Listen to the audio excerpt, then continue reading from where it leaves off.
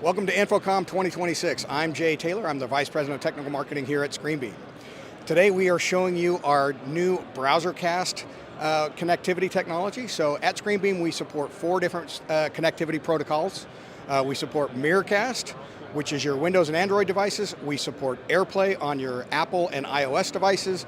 We support Google Cast on your Chrome devices. And our catch-all is BrowserCast. So if you don't have any of those protocols available to you for whatever reason, you can use BrowserCast to get connected, and it works on any laptop that you might have.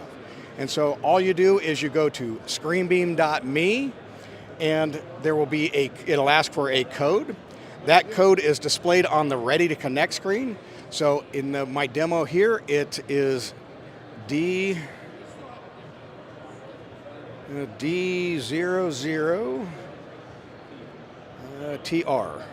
TR, and then it's going to get connected, and then it's going to ask me. So the screen is going to go to a waiting for content mode. And so it will say, hey, I'm waiting for you to share your content. And then on your ScreenBeam, on your device, you just pick what you want to share. Do you want to share a Chrome tab, a window, or the entire desktop? It's that easy.